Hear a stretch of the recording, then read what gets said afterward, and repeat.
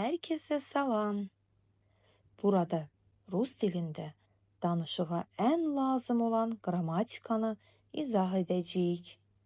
İzah olunan qaydalara aid suallar olacaq. Videoda işlənən yeni sözlərin tərcüməsi videonun axırında olacaq. Kanalımıza dəstək olmaq üçün like atıb kanalımızı izləməyi unutmayın. Bugün en vacip mövzu olan ismin cinsini müzakere edeceğiz. Rod существительных. İsmin 3 cinsi var. Kişi cinsi мужской род, kadın cinsi женский род ve orta cins средний род. Kişi cinsinde olan isimler samitle bitir.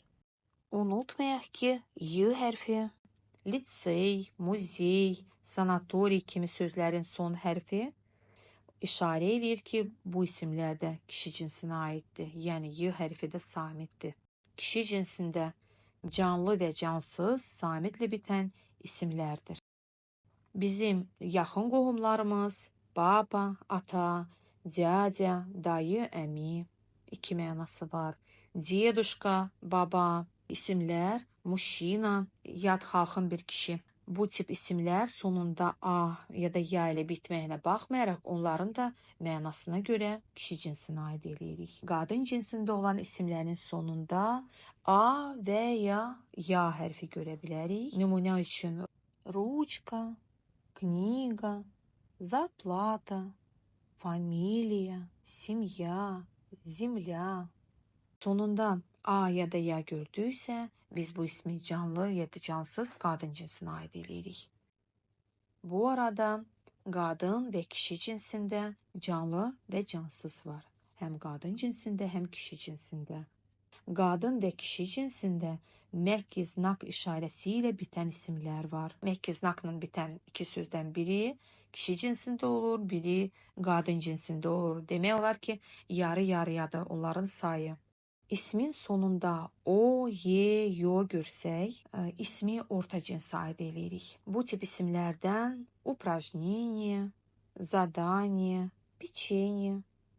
Bu tip isimləri biz orta cinsə aid edirik. Orta cinsdə demək olar ki, canlı yoxdur, hamısı cansızdır. Orta cinsdə bir də mə ilə bitən isimlər var.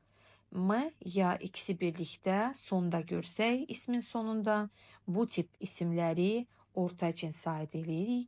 Такие существительные относятся, aiddirlər к среднему роду. Misal olaraq imя, время. Bu isimlər orta cinsə aiddir. Ümumi Rusçada 10 belə isim var. Amma bizim gündəlik danışığımıza tez-tez lazım olacaq imя və времяdır. Bir də çox vacib bir mövzunu demək istəyirəm.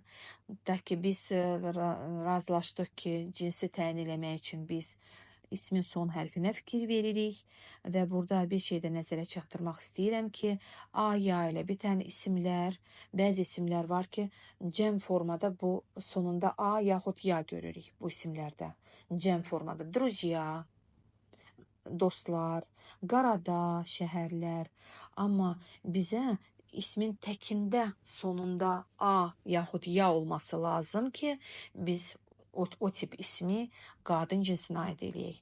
Buna da diqqət yetirməyimiz lazım. Videoya baxdığınıza görə təşəkkürlər.